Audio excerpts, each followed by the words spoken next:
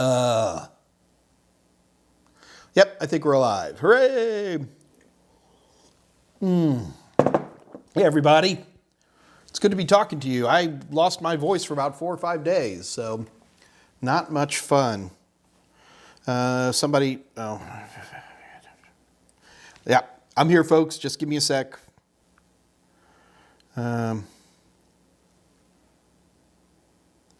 Okay. Hello, everybody. It's Mike Meyers, and welcome to the Monday edition of the Mike Meyers Ask Mike Anything live stream. The goal of this live stream is to provide those of us who are isolated by the coronavirus an opportunity to continue our studies with CompTIA certifications, A+, Net+, Security+, or anything you want. In fact, non-CompTIA certifications, we'll be glad to talk about those as well. So basically, here's how this works today. Number one, you ask me questions via the chat, and I answer them. So that's the main way to go about doing that. Now, I understand some of you folks are a little shy, and that's all right. And if you're the shy type, feel free to contact me via email. My email address is michaelm@totalsem.com. If you're a gamer, I am Senor Pepe, and I'm Des Weds at just about anything. But the best way is just michaelm@totalsem.com, and then that way you know that I will definitely get your questions, and then I'll put them up there. So always glad to do that. Yes, we are giving away free practice questions as well as a CompTIA voucher today. So we're pretty excited about that. And so that makes me happy. Today is, we're going to pick up what we were supposed to do last week when I got sick, is we're going to be doing routing. But what ended up happening, for those of you who've stuck around for the last 2 weeks, I started getting some questions about routing that were pretty basic. And the questions you're going to run into on CompTIA exams, certainly A+, mainly Network Plus, and to a lesser degree Security Plus, are pretty basic questions. Let me give you an example of what a question would be like. CompTIA doesn't care about you knowing how to configure OSPF protocol on a Cisco router. It doesn't care at all. It cares that you know what OSPF is. It cares that you understand the strengths and weaknesses of OSPF, in particular in comparison to other routing protocols, in particular good old BGP. Now, if you don't know what dynamic routing protocols are, you're in the right place, because over 2 weeks ago, that was the original question. And what happened, and this happens a lot because it's my AMA and I can do what I want. What ended up happening was kind of interesting, is that I could tell by the questions I was being asked is that people just needed some experience doing some routing. And that it seems that the majority of people who are studying for CompTIA certifications are not necessarily afraid of routing per se, but their exposure to routing consists pretty much of home routers with 2 WAN connections, and one of those WAN connections is under NAT, NAT is something you never see, folks. Yeah, I know you see them on your home routers, but in any other router anywhere, NAT is rare. The only time you consistently see NAT, in my opinion, is when you have a router that's acting as a gateway that's going down to individual host computers. When you're talking about all the routers on the internet and all they're doing, NAT is not something you see. It's just not done.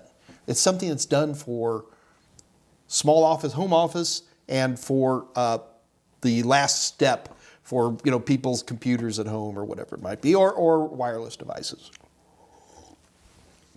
Before you even get started, yes, it's really tea. Okay, so anyway, we got sidetracked, and very excitedly sidetracked. It was a lot of fun, and it still is fun, basically building virtualized routed networks using VirtualBox more than anything else, and a particular routing piece of software called OpenSense.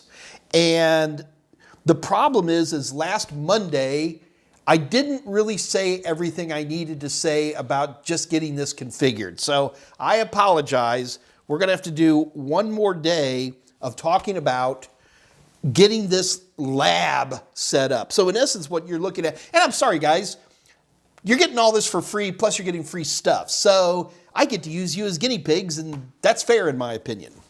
In the meantime, you also have the ability to literally change the face of adult learning methodology, at least in this week, about routing. It's situations like this where I'm talking to brother and sister nerds that define how I will teach stuff going forward. Look, if you like my stuff, and I'm assuming you do, you wouldn't be putting up with me otherwise, I'm not pretty. It's the reason you like my stuff is you like the way I look at things, which is great, and I thank you. But now you actually get to watch the process of me looking at things. So, okay, yeah, granted, we probably wasted, what do you ever mean by waste? We gave away free vouchers and practice questions that day. Was it a waste? I don't know. In terms of configuration. But the nice part is what's going to happen now, after much practice, is we're going to set a system up today, all right? But what's more important, guys, is we're going to make sure that you have a couple of basic tools, and we're going to turn back to these tools again and again and again. Yeah, we're going to talk about routing, but there's so much more that we could do. If we have our own little internal networks where we can make all the routers and hosts and LANs that we want, how exciting would it be from an instructional standpoint? I think it's incredibly exciting. You know, it always blows me away. Every time I start doing stuff like this has been my entire life, people. I'll come up with, hey, isn't this a great idea? And I get 8 other people who go, oh, I know how to do that. Well, you know what? You never did it. So screw you. I did it. I'm putting it out there. My idea, and you guys are all with me. It is. It's amazing in our industry, folks. Every time I hear when I come up with the main function of other technicians is to make your life hell because you're in their way of them making more money. So another technician is almost never going to be your friend. Very rarely. They are a competitor and co-worker at best. So it doesn't bother me. I've been putting up with it for so long, who cares? But since I have developed this little tool set, well, it's not even a complete tool set yet, but since I've developed it, I've got people popping out of the woodwork telling me how they've already done this and done that. Yeah, show it to me. Let me see it. And then they do, and it's garbage. Absolute garbage. What makes this virtualized network lab system work better than anything else is that it's highly graphical, it's real world, it has advanced tools that will bring you into the enterprise universe, and you're not going to have to sit here and work on configuration files that mean absolutely nothing to you. You're welcome. Anyway, so today we're going to spend a good chunk of time. This will be the last time we talk about setting up the routers and getting that all working. So there is going to be some repetition from last Monday. I apologize. It's better this time. I may even actually delete that last week's video, last Monday's video, because there were a couple small errors in it. Once we do that, starting on this Wednesday, 2 days from today, we are going to go ahead and start configuring RIP. Then we might start OSPF on Wednesday. We'll see how it goes. It's only an hour. And then next week, we're going to do a BGP. And I don't know if any of you guys have ever set up a functional BGP routed network before. It's not that hard. Actually, OSPF, in my opinion, is the hard one to set up. But we're actually going to do it here, guys.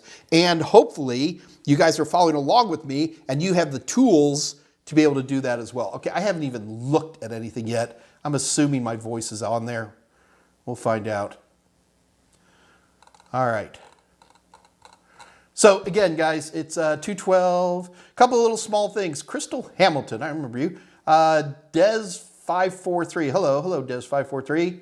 A couple little small things, guys. On the chat window where it says top chat, you might want to hit that, turns it to live chat, and you might want to consider popping it out as well. All right.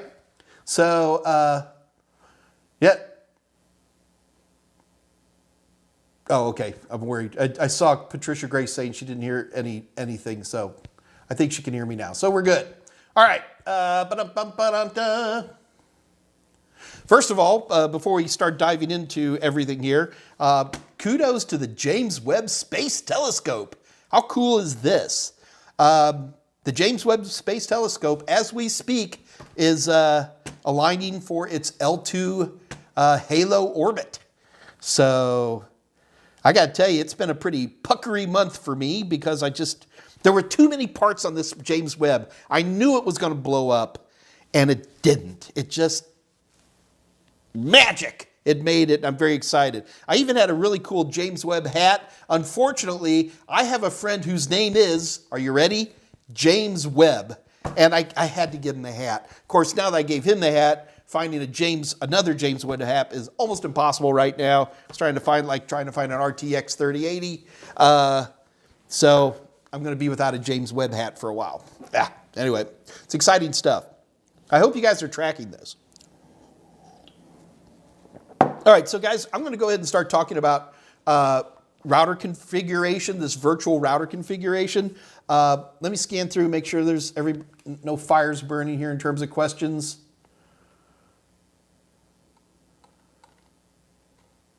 Oh, it's almost quiet.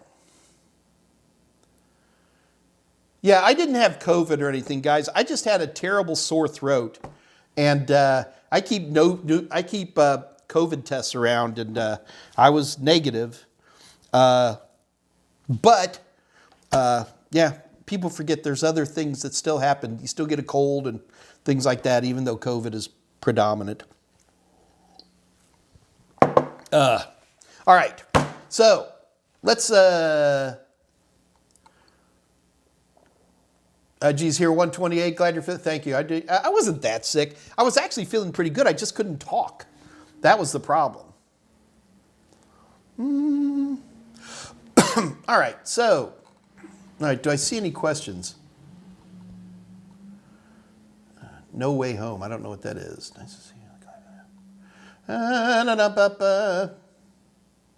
All right, yeah. Well, the reason I'm not wearing a hat, guys, is because I got my hair cut, so I don't look quite the disheveled thing that I have been before. All right, so did I say we are going to give away practice questions and vouchers today? Yes, we absolutely are. Chris Kent at 206. Good afternoon, Mr. Meyers. Where is a good place to purchase a voucher for the CompTIA A+ certification? Well, if you win the contest today, you get a free one. But you can buy them at Total Seminars. That's www.totalsem.com. And head over there, and we'll be more than glad to take your money at about a 10% discount. So, lots of places to sell it. Avocado, why is PXE and SCCM so unreliable? I don't find them unreliable. Most of the time when PXE is unreliable is because either your version of PXE has got problems. I've seen this happen a lot of times. PXE's gone through versions over the years, and backward compatibility can sometimes be an issue. The other thing that makes PXE a problem is PXE's always had a problem with large numbers of systems booting simultaneously. So I don't know what you've got going. Maybe that could be an issue. PXE is also really persnickety about connectivity and things like that, where a manual configuration might let you get away with something. So, see, the interesting part here, Avocado, is you say, fix them manually, but such a pain. I wish how we could tell me how you fixed it manually, but don't do it in here. Speaking of, though, see, this is the kind of question, Avocado, would be really good for the Discord channel. Yes, we have a Discord channel, and those of you who have been on the Discord channel before, do be aware that 2 weeks ago, it got hacked. So we have a new unofficial Mike Meyers Discord channel. It's becoming quite popular. And I recommend you join that. Dave Rush has been kind enough to put a link on that. And please come visit us. In particular, immediately after any presentation, you'll see me. I'll get on about half the time. Dave Rush will get on like 3/4 of the time. Scott Jernigan will get on. Other folks may or may not get on. We have a cast of regulars from Tolowit. I'm not even going to try to name everybody's names. I'll just get in trouble because we have got such a good, healthy group of people right now. I don't want to turn anybody down. Andre, Patricia, Grace, is Alex on yet? There's lots of great folks out there, and they show up on this Discord channel as well. And I got to tell you, if you're studying and you're like, I need an answer to something, especially where you want to talk to somebody, Discord's the way to go. Now keep in mind, you can get on Discord, you don't need a camera and a microphone. You can just type in questions and things like that, which is fine. But it's also because you can get in the voice channels, fire up your camera, put on a headset, and say hello to us. It's always good. All right. TC, I broke the dam. Ooh, did you break the dam? Dark Side, will you update your courses in Station X? I didn't realize we were still doing business with Station X. Now you got me worried. So what you just said to me, will I update my courses on Station X? I didn't think we were doing business with Station X anymore. That doesn't mean anything other than I could be wrong. So I'm going to ask somebody real quick.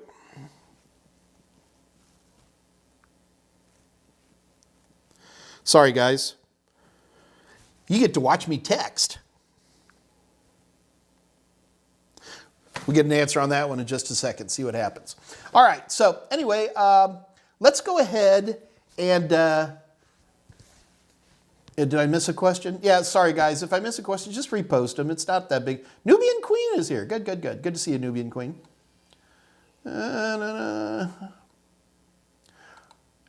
Yeah, Chris Ken, I'm sorry. No, I didn't miss it.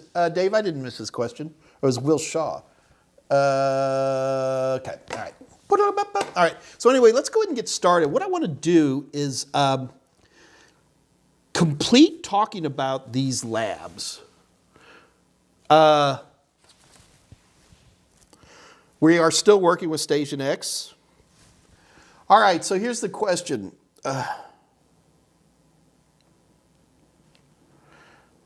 Sorry, guys.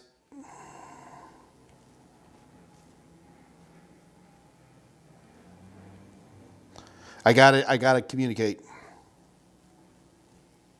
Sometimes you guys ask questions. I don't know why Station X hasn't been updated. When you say Station X hasn't been updated, number one, I don't really believe you. I'm going to have to look for myself. So, and again, it's no offense on you. It's just, I get these kind of things all the time. And then number two, are you saying that everything that we have on Station X is super ancient and needs to be updated? I don't know. Are you talking about getting Network Plus on Station X? I don't even know what you're asking. So you can develop the question a little bit more detailed, but otherwise I'm going to talk to somebody and make sure we're in good shape on that, because it is very important to me that we get things updated as much as possible. I'm literally drinking, here in the southern United States, we drink a lot of iced tea. And if you ever tasted our water, you'd know why. Anyway, so we have these huge tea bags, which aren't for individual teacups. These tea bags are for like a gallon of tea, but I put one in my thing. It's really good. And this ain't no orange Pico or Earl Grey or English breakfast. It's called black tea. That's all it is. Good old Lipton black tea. It's delicious. I love it. All right, here we go. All right, so do we have a presentation? We do have a presentation. Not Skittles. Okay, so let's go ahead and take a minute here and talk about today's plan, man. All right, so today's plan in the 45 minutes we have here, number one, come on. We're going to get the base network up and running today. Number two, we're going to configure hosts, and we're going to make virtual LANs in VirtualBox. Number three, we're going to configure the OpenSense master, and we're going to do some installation. And that should be just about it. Okay, so let's talk about what we want here. All right, so here's my internal network. Now, I got to warn you guys, I use my in-house network as one network. Remember, if we're going to do routing, we need lots of LANs, and we interconnect the LANs with routers. So if you want to work with one router, you're going to need 2 LANs. If you want to work with more than one router, you're going to have 3, 4, 5 LANs. And VirtualBox, Oracle's VirtualBox, handles this beautifully and simply. But let's start small and simple, okay? But do keep in mind that I have my own in-house internal network. And this is where my internal devices, my IoT, my home theater systems, all that, all run on a private IP address, okay? And there's no reason not to use that. I mean, I don't have to make all virtual networks. I've got this one already here. Why don't I just throw it in the mix? So let me show you what we're going to do first. All right, so here's my internal local area network, all right? And its network ID is 172.18.13 WAC24. And of course, this is like any home network, it's connected to the internet. And I've got an upstream router, and on the LAN side, it's 172.18.13.1, and we plug it in. And then I've got a switch sitting in the closet. All right, so this is a pretty standard setup, right? Now this is a real physical network, okay? There's a real switch, there's real computers. We'll just use R, is that okay? To remind us that's real. So what we're gonna do today, kids, is we're gonna create, I'm gonna tell you how to create. I'm not gonna make you go through the whole installation process. It's not that long, it takes about an hour. We're going to create a 4-port router, a virtual router in VirtualBox using OpenSense. I'll put a big V on there for virtual. And we're going to plug one of our virtual ports into the real port.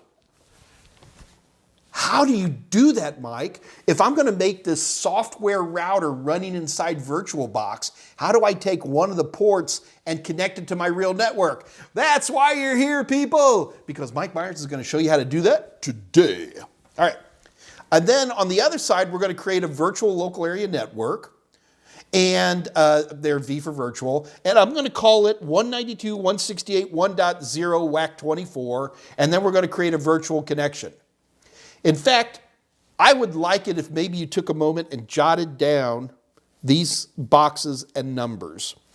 I'm going to leave that up on the screen for a minute so you guys can jot down these 2 network IDs. Oh, and by the way, if you're not familiar with this type of nomenclature when we're talking about local area networks, you should definitely watch last week and actually the previous week's videos on top of that. This is an important descriptive tool that we use all the time. All right. The most important thing about routing is what you write on a piece of paper. Nobody cares about your skills at which buttons to click and what nomenclature to type in to get a Cisco, I don't know, can't even remember the names anymore, 8000 series router to work. If you think you're going to succeed at CompTIA certifications by memorizing clicks, you're so far off that I'm actually worried about you, okay? Let me give you an analogy. Those of you who've been around for a while, you've heard it before, I'm going to say it again. Could you run the windshield wipers in my SUV? That is an automobile for you Europeans, okay? In my automobile, I have windshield wipers. Can you run the windshield wipers? Yes, you can. You may have to poke around for a minute because you don't know how to set the windshield wipers in a 2012 Ford Escape. But you understand windshield wipers. CompTIA is never going to say, you are in a Ford Escape. Which button do you use to turn on the windshield wipers? And how do you adjust the timer? And how do you squirt water? You will never be asked that question.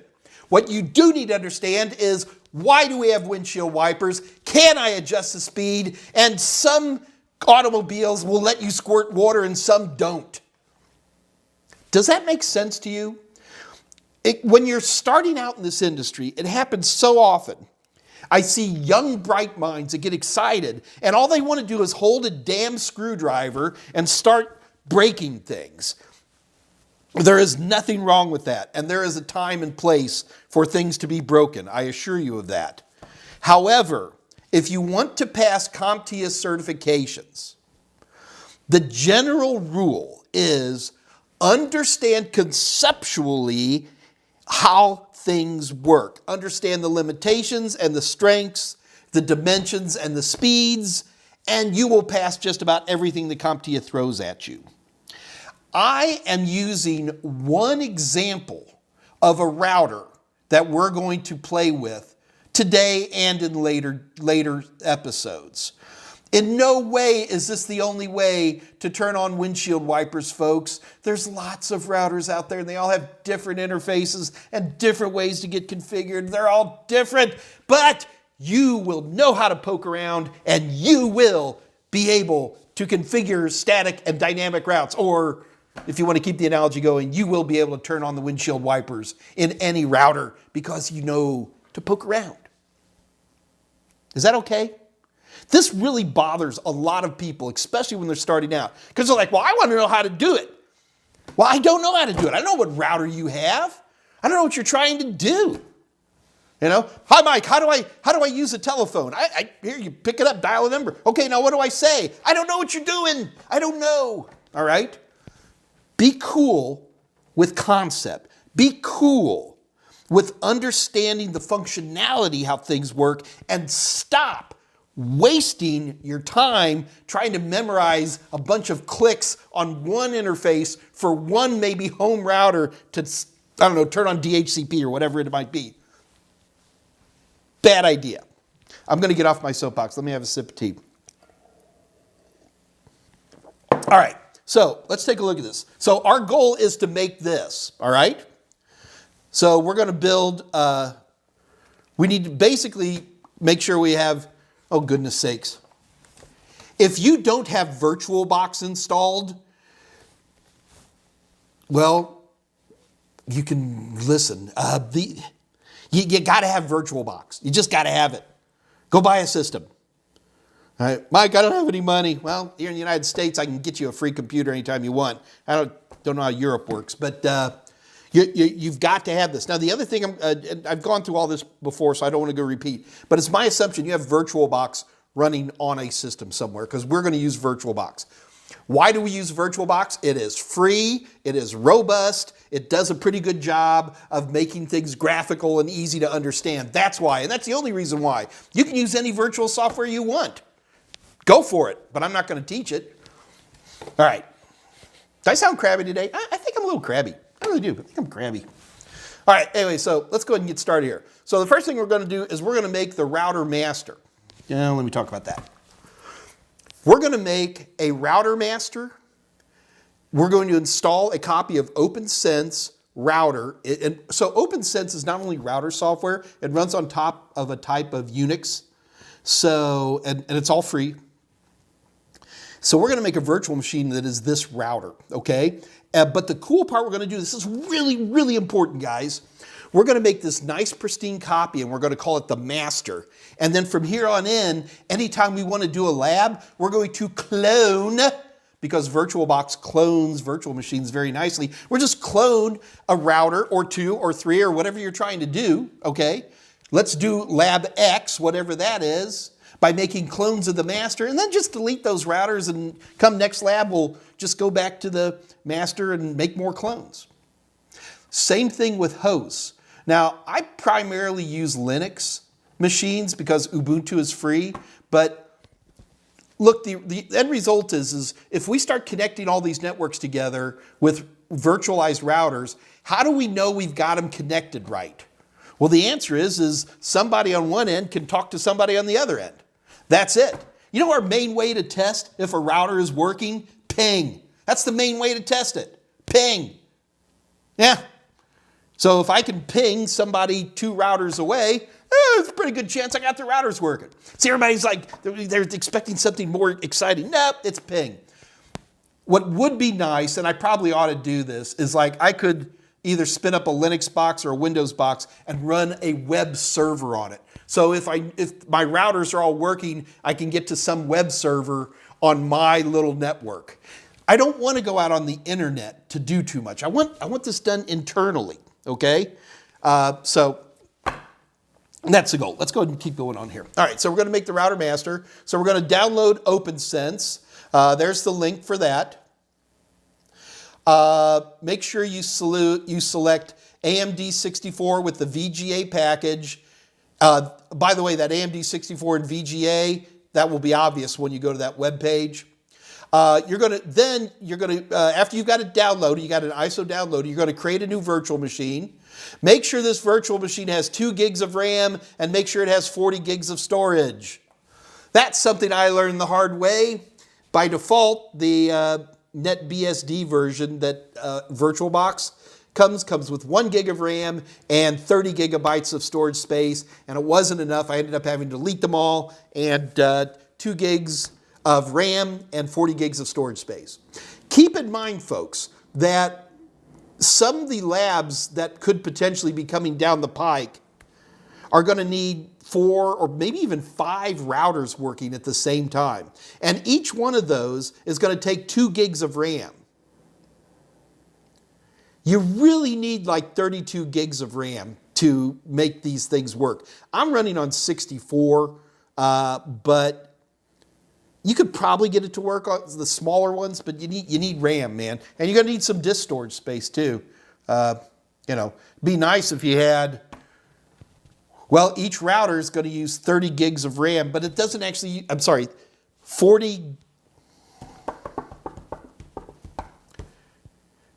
40 gigs of hard disk storage, but those are virtual drives which shrink down a lot. So that's not quite as critical. There ain't no shrink in the RAM though, man. So again, my dream is that you had some big desktop system with 64 gigs of RAM. That would be my dream, but you can work with less. All right.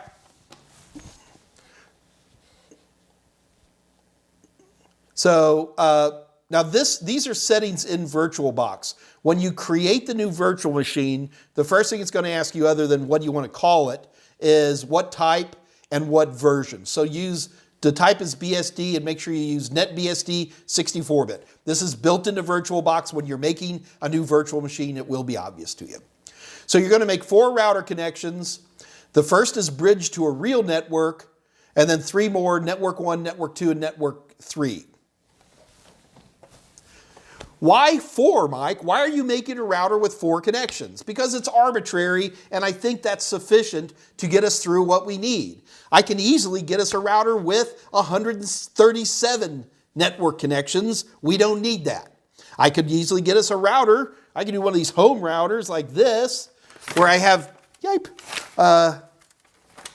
where I basically have, I got a WAN and a LAN connection. That could work, but then I only have 2 connections. Folks, one of the reasons I chose OpenSense as a routing software is it allows me to make as many or as few physical network connections as I need. 4 just feels like a good number to me, and that's where that came from. All right, so let me actually show you this process. It's actually kind of cool. It's going to take me a minute to set this up. This is the one part I didn't practice before I came in and started talking to you guys, is setting up all the timings, making the router master. Okay. All right, so the first thing we're going to talk about, and this is the one that's just hard to see on the screen, is in VirtualBox. And I don't even have a way to zoom this, unfortunately, guys. Sorry. My tool sets are weak.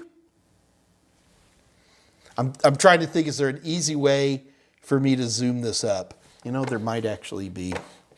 Hang on a second.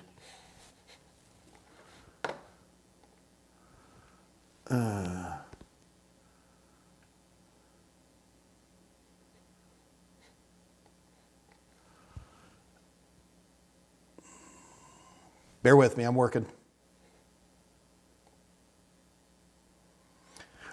All right, can I at least get this part in? Let's see what happens. All right, so what I've done here, folks, is I've gone into the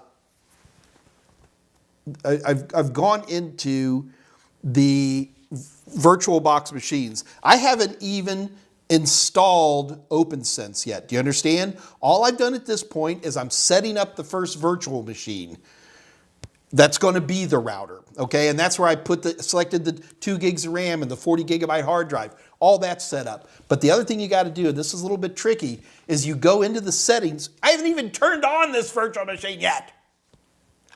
All you have to do is go into the settings, and I want you to go under networking. This is really important.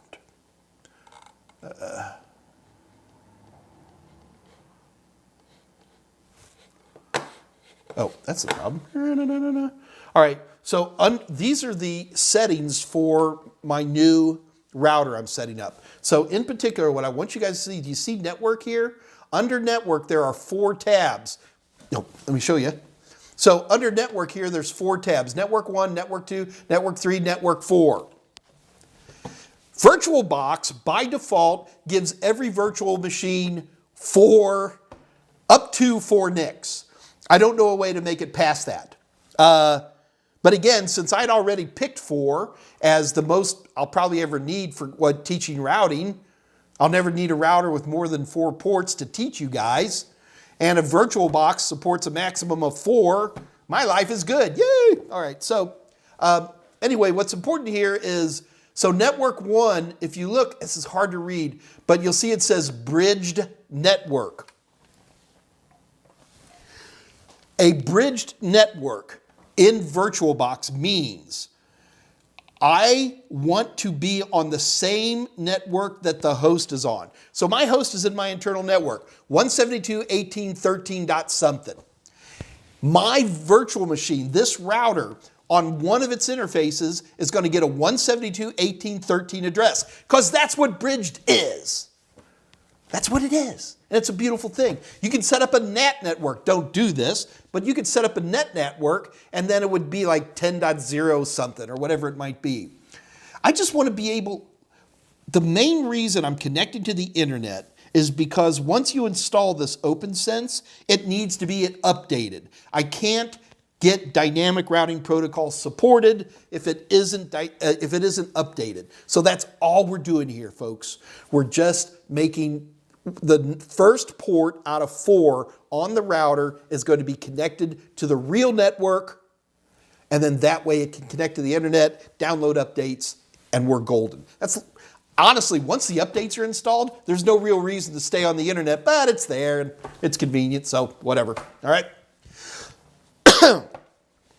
The other nice part is if I just thought of this, is that if one of the ports on the router goes out to the real internet, I can make that like a default gateway port.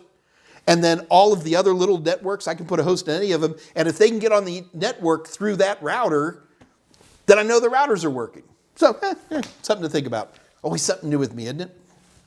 Okay, so back to this guy. So we've got that one set as bridge network, but then the next 3, now the problem is I can't show these to you right now because they're turned off. But what you do here is as they're turned on, this particular, oh, it is. Well, you know what? I can show these guys. We don't have to use this one. Hold on, let me pull up another one for you real quick. One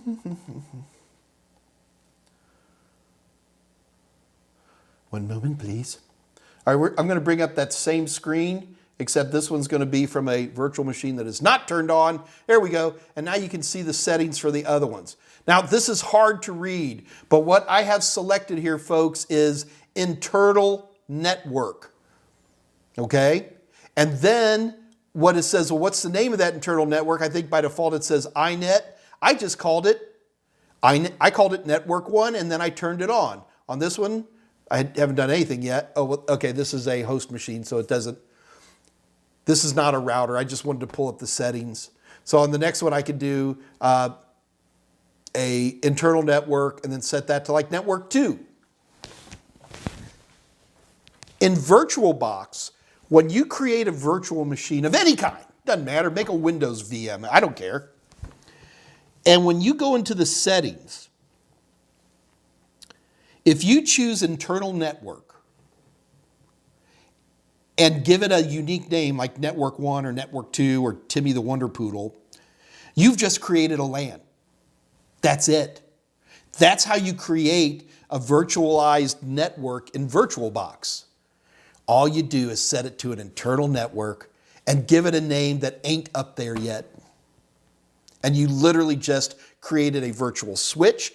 And from now on, any virtual machine that you create on this copy of VirtualBox, if you put it on network 2, it's on that local, it's as though you just plugged it into a switch called network 2. And if you did one on network 3, then it's like as though you plugged it into a switch called network 3.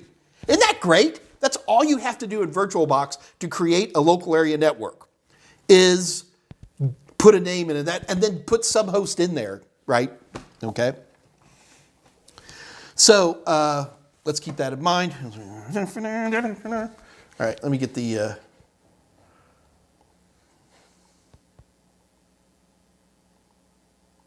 bear with me just a second, guys. All right, I think this will get me where I need to be. I am happy. All right. So we downloaded OpenSense. We've made the virtual machine. Now here's where we've made those 4 connections. We make a bridge to our real network, and then 3 more, network 1, network 2, network 3. At this point, people are like, well, Mike, what's the IP address for all these? It ain't nothing yet. It ain't nothing. Switches don't have IP addresses, folks. The only thing that's going to have IP addresses is if we start dropping hosts into network 1 or network 3. Does that make sense? Okay.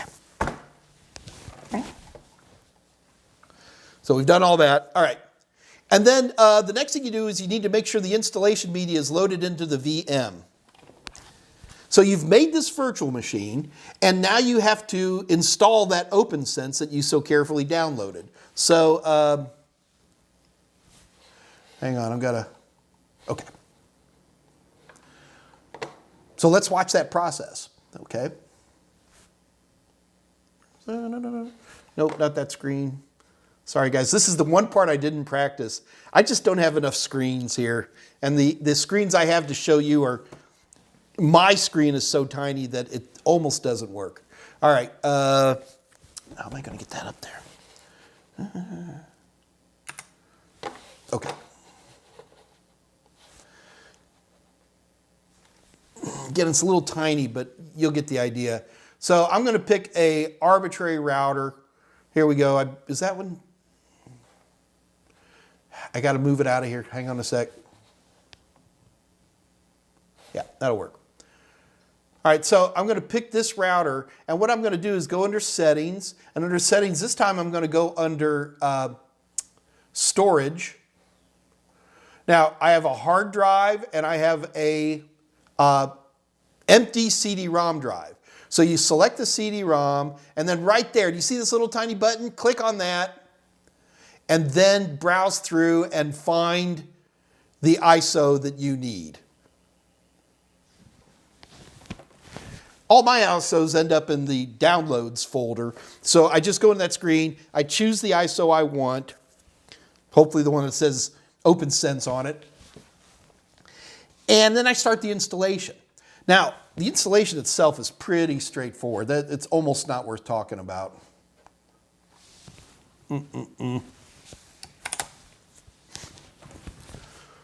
All right, so once we start the installation, so we install the OpenSense. We want to make sure the VM is scalable to make it easier to see. Let me show you what I'm talking about. Let me show you what I'm talking about by scalable.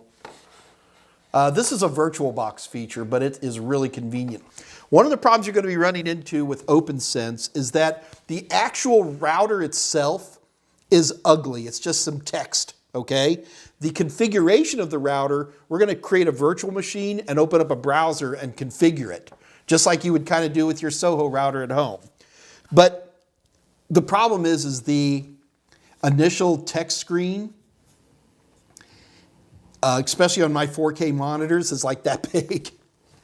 So VirtualBox makes this really easy to take care of because it has a feature called scaling. Let me show you how this works. Is it even going to be on there? Come on.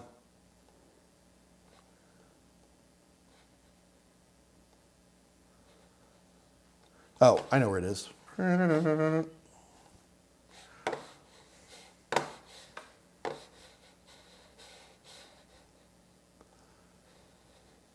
It's hard to see, but under Options, you can choose display, and then choose scaling.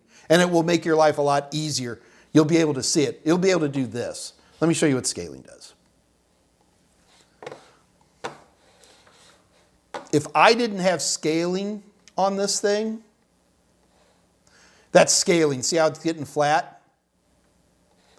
So if I didn't have scaling, this screen would be like that big, okay? So what scaling does, it doesn't actually change the resolution, it just makes it bigger. And that is a great feature. All right, so once you've installed OpenSense, there's a couple of things I want you to notice here. Number one, you'll see that I have 3 different ports on here, EM0, EM1, and EM2. The number of ports you have turned on really depends on what lab you're doing. If you have a lab where you're connecting 2 local area networks, then you'd probably only need 2 ports. If you've got a lab where you're connecting 3, then you turn on 3. The trick here is that once you've made a router with all 4, you can turn off whatever you don't need. So in this example, I've just got 3 running. All right. But this is the entire screen, folks. This is it. Now, it shows me some things. Like, for example, on the WAN side, see it's got a 172.18.13 address, and it's even got IPv6. So I know he's connected to my bridge network through the WAN connection. On the LAN side, as this thing calls it, I got a 192.168.1.1 because I chose that. And then option 1 or EMT, they just call it that. You can call it Timmy here if you want. Optional net LAN 1, optional LAN 2, and then that's, I chose that to be 192.168.2.1. At this point in time, you might be saying, wait a minute, Mike, these are private IP addresses you're using. And if we're going to be using private IP addresses, routers block private IP addresses, right? Well, not if you tell them not to. Look, the bottom line is that I can be using public addresses for these labs if I want. There's nothing wrong with that. But there's settings in most routers you can say, go ahead and let private addresses get through. And as long as you don't do that to your upstream gateway in your house or wherever you're working, you're fine. There's nothing wrong with using private addresses as long as you promise not to go out to the real internet. Or you promise to have a NATed router between you and the real internet. Okay. All right, so anyway, this is the start. Hang on, I think I'm getting a little bit ahead of myself here. Hold on.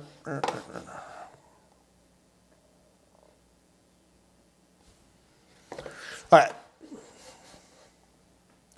So make sure when you're installing OpenSense to use the name user as installer and the password of OpenSense. Man, I screwed this up. There's another default password called root in OpenSense, and it will allow you to configure, but it won't allow you to install. If you actually want to take that ISO and install it into your virtual machine, you have got to use installer/OpenSense. I did not. Esteban, my buddy from Argentina, saved me last week by figuring that out for me. Thank you so much. Let's get back to it. Okay. The default install is fine. Just accept defaults. It's no big deal. But now we're going to have to configure it. So the first thing you're going to do after you've installed it is you've got to log in again with root and OpenSense. This we can actually do together. Let's do this. Okay, so what I'm going to do here is okay, here we go. So I'm just going to log out.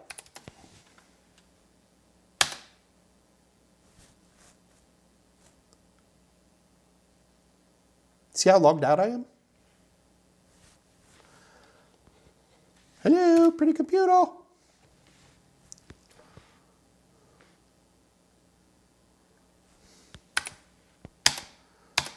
Oh, good. And it all locks up. Yipe.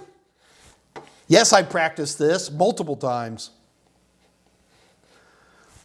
Why is it locking up on me? I just wanted to show everybody how to get this router configured. All right. It's I've got the screen back up and it says log in. And I'm going to log in with root, R-O-O-T, and the password is OPNSense, and I'm back in. Okay, let me get this back up where you guys can see it now. It's just, everything was fine, folks. It's just the interface is a little weird.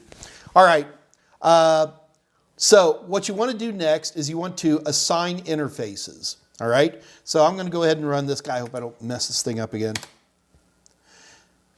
All right, so what it's going to do is it shows you, here are the 4 interfaces that are in your router. It knows that there's 4 interfaces, folks, because back when you were setting up the virtual machine in VirtualBox, you went to all 4 of those and you said enable them.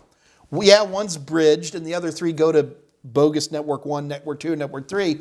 But just because I checked those boxes in VirtualBox, when I installed OpenSense, it says, oh, there's 4 NICs here. I'm going to go ahead and configure myself. And that's what you're looking at. What's important here is you'll notice that there are 1, 2, 3, 4 MAC addresses. If you're unsure about MAC addresses, you can go back to the virtual machine and go under advanced for each one of those network cards, and it'll show you what the MAC is. It seems that VirtualBox does a pretty good job. So in VirtualBox, the first network card is going to be EM0 in the router. The second network card is going to be EM1, 3. You get the idea. All right. So first it's asking me, do I want to configure VLANs? I don't want to mess with VLANs right now. I'm going to say no. Do I need to click harder again? And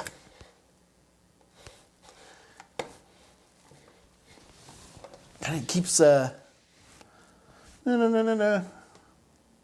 So it's saying enter the WAN interface name or A for auto detection. I'm just going to type it in EM0. I could have used this EM0, EM1, EM2, and EM3. These are the names, the Linuxy names that OpenSense uses. Okay. Then it's like enter the next one, EM1, enter a finished, EM2, EM3. There is no 4, so I'll just hit finished. And let's see if I can at least get this up on the screen for you guys to look at. And there you go. So the interface will be as follows: WAN, LAN, OPT1, and OPT2. I did not come up with these terms, okay, folks? OpenSense, it wants to have one connection called a WAN and another connection called a LAN, and then, you know, in this case, 2 more that are just called option 1 and option 2. And do I wish to proceed? Yes, I do. So that's going to go ahead and take a minute and get that configuration going. The bottom line is that, now let's think about this for a minute. I have set up a virtual machine that is OpenSense. So EM0 is a bridge connection to my actual network. So EM0, oh, and it's a DHCP client. I could change that if I wanted to, but why? So if I've got that EM0 set up as a DHCP client, it automatically picked up a 172.18.13 address. It's good. Now, the trick is to get the other guys working. Now, OpenSense by default will always assume you're going to have 2 ports. You can always add more like we did. But that second port, which it calls the LAN port, it's going to automatically give it the IP address of 192.168.1.1. Whatever. We're using, we're going to allow private addresses to pass through our routers, so I don't care. You can change it if you want. It's doing things.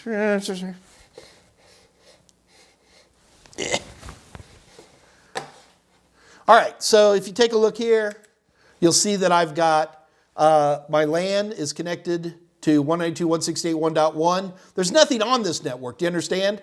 But there could be. Option 1 is 192.168.2.1 because I thought that sounds good. And the WAN is connected to the internet itself. And then we could do some HTTPS stuff, but that's not important at this point in the game.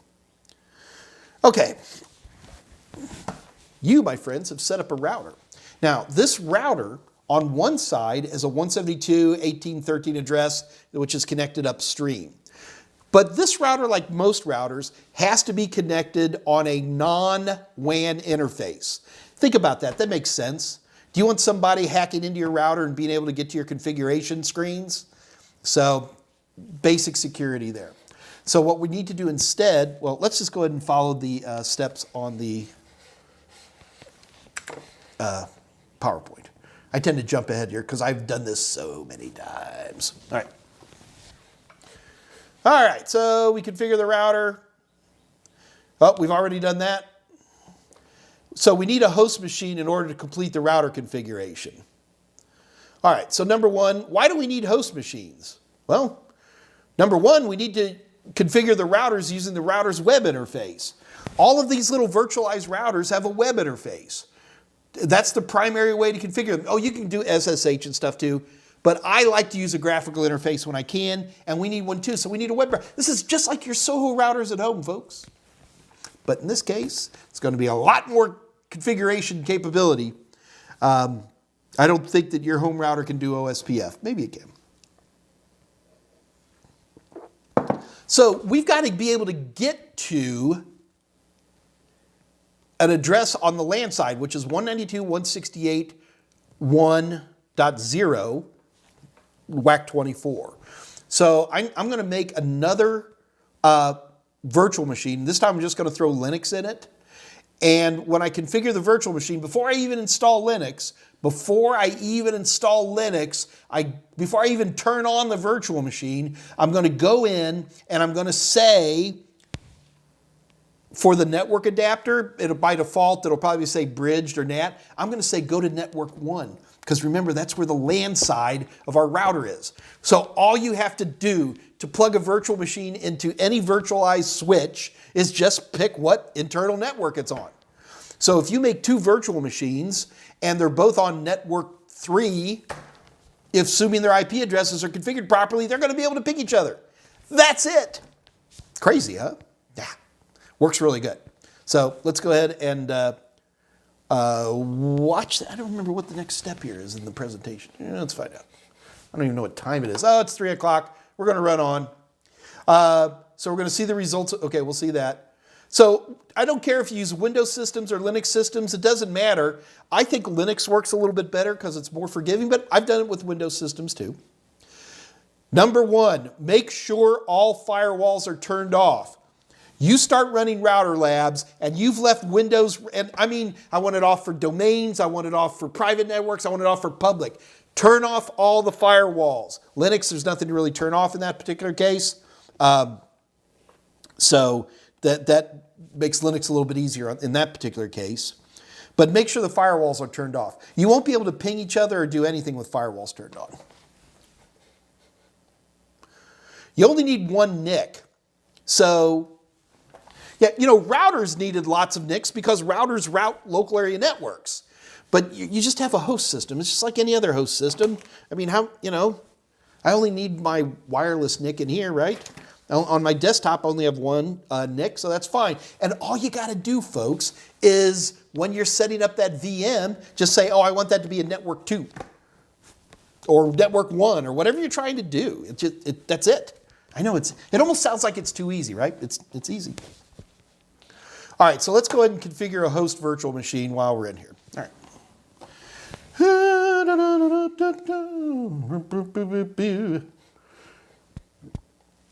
This is where I find a host machine to configure.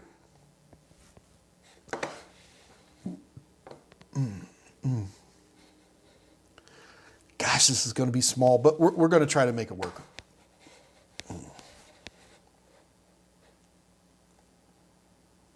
Bear with me a second, guys.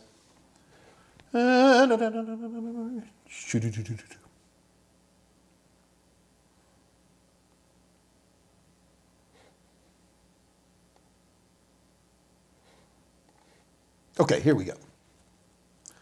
All right, so here we are back in VirtualBox, and I'm just going to pick one of these arbitrary hosts. It doesn't really matter. And again, clicking on Settings. And this time, I'm just going to go ahead down to Network, and you'll see all these other, see these are unchecked. I only need one network card in here. I'm going to head and check this one, and I just said put it in Network 1 in this particular case. Internal network, network 1.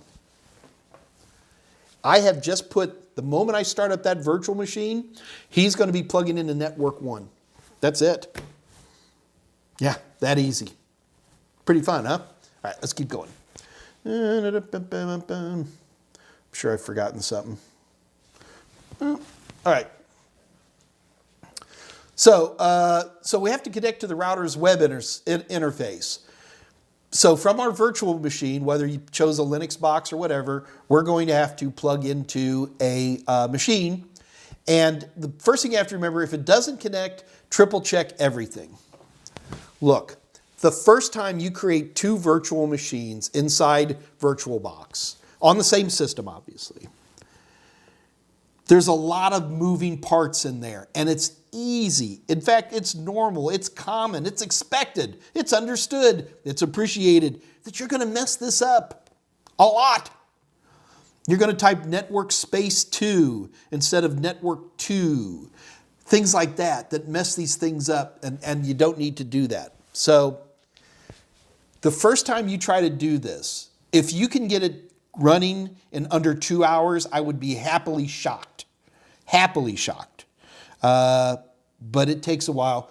And again, folks, this is the difference between what I call a real tech versus a casual tech.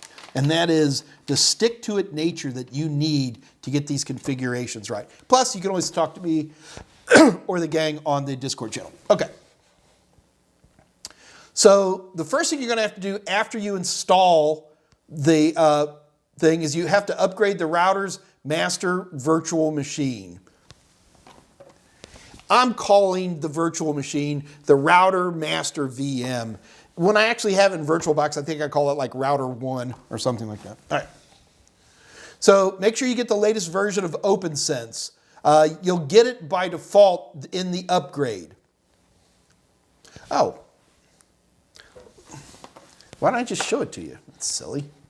It's going to give me, you're going to have to give me a moment to queue this up, kids. What I'm doing is I'm logging into one of the virtual, oh, how about this? Maybe not so long at all. This is one of my Linux boxes that's also on that network 1. All right, so here I am with OpenSense running, and it's sitting right here, happy and ready to go. What was I supposed to do? It's like I tell the IRS every year. I forgot. That's right. Okay, so here we go. So what I want to do is talk about this upgrade. Folks, if you don't upgrade, it won't work. You absolutely must upgrade. So that's why one of the reasons we're on the internet on this guy. And so is it system? Yeah, system. Under firmware, it's hard to see, but one of these is going to say, or actually I think I can get it from down here.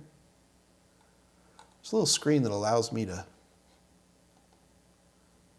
oh, here it is, right here. Check for updates. So I can go ahead and click this, and because my EM0 is on the internet with that 172 address, he's actually connected, and off he goes. Now he says my packages are up to date. It's because I already ran it. I'm not going to sit here, it took 30 minutes to install the initial package. Once that update is done, you've got to jump through one more hoop, and this is an important one. OpenSense by default does not support dynamic routing. Default OpenSense does not have RIP, OSPF, or BGP. It can, but it has to be added through a package. Let me show you how to do that.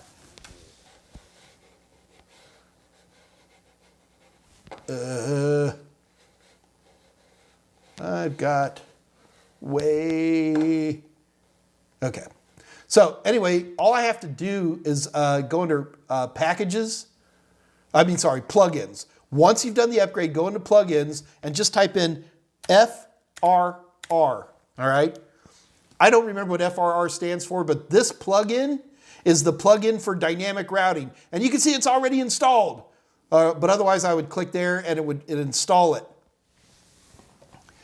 Once I've got all this dynamic routing in, I see extra options. It's not going to mean much to you right now, but the moment I installed all those features, I then have a whole bunch of screens that say RIP, OSPF, BGP, we're ready to go. That's the important thing. The last step you got to do, folks, is you have got to clone that router. VirtualBox allows cloning. Yeah, the virtual machine has to be turned off, but all you have to do is right-click in it within VirtualBox, select clone, and then that's what you're going to use. So you're going to be cloning, every time you start a new lab, you're going to be cloning your master router virtual machine, or your master maybe Ubuntu, whatever you need for host. That's what you're going to be cloning. The idea behind this is that you don't mess with your pristine copy, right? Leave your pristine copy alone. It's all set up, everything's pretty. Just make a clone and then reconfigure based on whatever the needs for that particular lab are. Are we okay with that? I hope so. All right. Man, we are running late on time.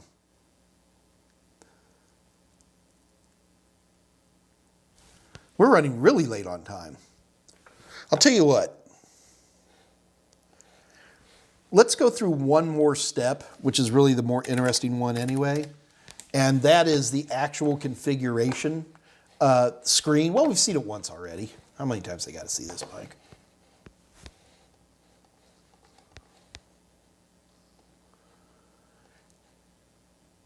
I mean, it's very hard for me to show you guys full screens. I'm really sorry. We're going to have to come up with a better methodology to do this. What was I doing last? I lost track of where I'm at.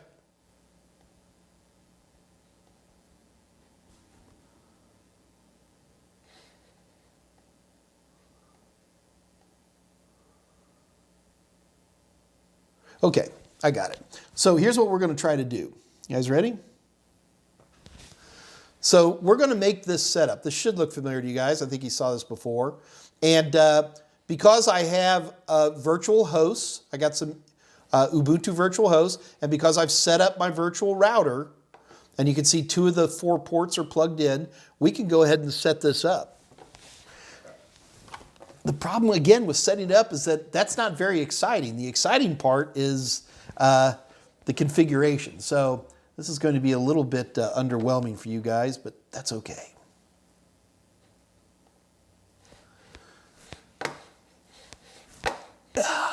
Sorry. That's so frustrating. I can't. My secondary monitors, guys, are tied up into these little screens this big. It's almost useless. Bear with me.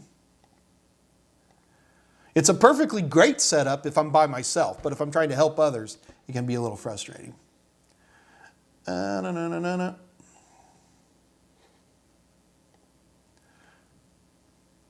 Okay, so let's take a look at this. And these are pretty much all the defaults. So the actual screen configuration, configuration for the different devices isn't that hard. So I go under interfaces, here's LAN, and you can see I've got this enabled. So this could actually be turned on. And interestingly enough, it has a setting saying, do you want to run DHCP? I chose and said yes, just because I don't want to be passing out a bunch of 192.168.1 addresses. And then on the WAN side, I just said be a DHCP client. So it picks up from my upstream DHCP server.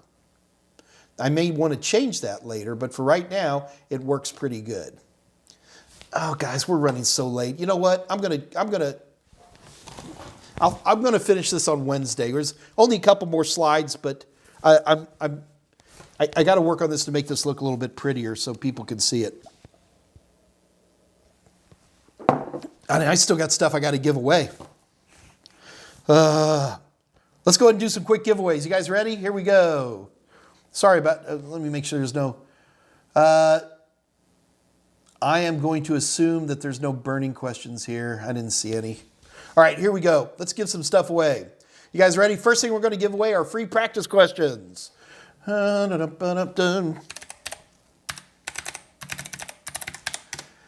should have these questions ready ahead of time. I never do.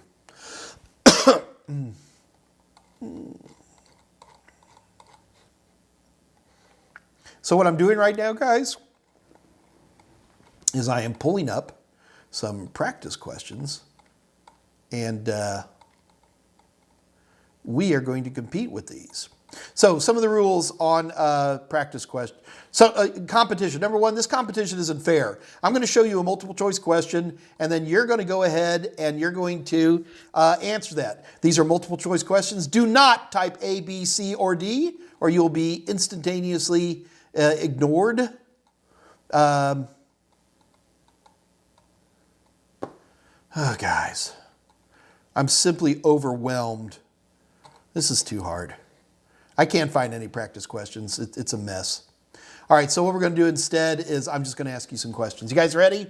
Here we go. I'm going to ask a question. The first person to write in the correct answer is going to win, okay? Now, guys, do keep in mind, the idea here is we want to help newer people. So if you win a lot, you might get mohanned or JM'd, as you say, because we want new people to win. We're not going to let old people not win. You understand what I mean? But things are biased towards newbies. If you're a newbie, this is your big shot, okay? This is not only true for the giveaway of the free practice questions, which we're about to do, but the vouchers, which is going to be next. Let's get these knocked out.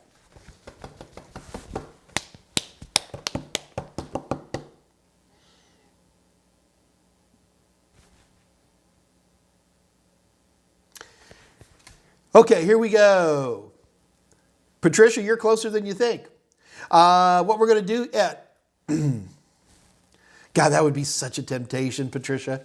All right. On a DNS server in a forward lookup zone, what do you call a regular IPv6 record? Just the regular record, a host record.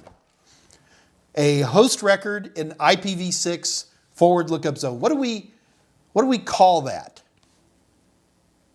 What kind of record is that? I'll give you a clue. It is not an MX record.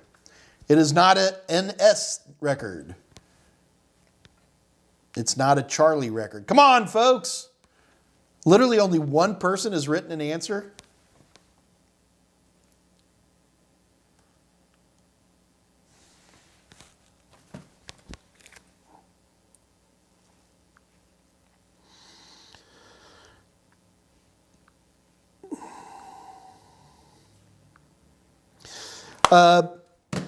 So normally I would be asking Dave Rush who's good, but unfortunately I have no connectivity functionalities. Guys, I can no longer use Teams. It's not a communication tool for me. So I'm going to have to make my own guess. This is a surprisingly small number of answers. Okay, I'm going to give this to the winner is Bob Noob. Bob Noob, you are the winner. Now, Bob, in order to claim your prize, number one, you're going to have to send an email to Dave Rush. That's davr@total7.com. Bob Noob, in that email, you must put in your YouTube name. So I want to see Bob Noob in that email. In the body of the email, under the email address, put your email address. But Mike, it already has an email address. I'm sending an email. Yeah, we've already discovered that people screw this up. So if you don't put an email address in the body, you don't get it. And then number three, of course, Bob Noob, let us know which practice exam you want, because we want to give you what you want. So congratulations to you, Bob Noob. You are the winner. I have no connectivity, man. This is really frustrating. All right, but we got to give away a voucher here as well. Nothing works. I'll do it myself, said the little redhead.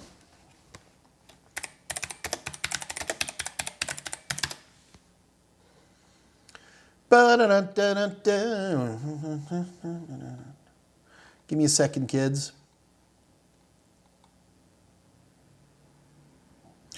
Ooh, this is a tough one.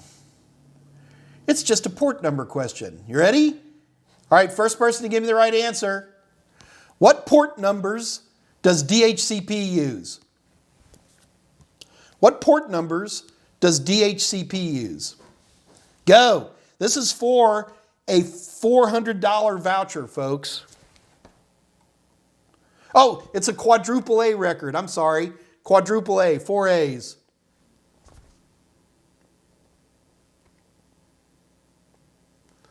No, Bob Noob, you cannot. We're gonna have to pass you on this one, buddy.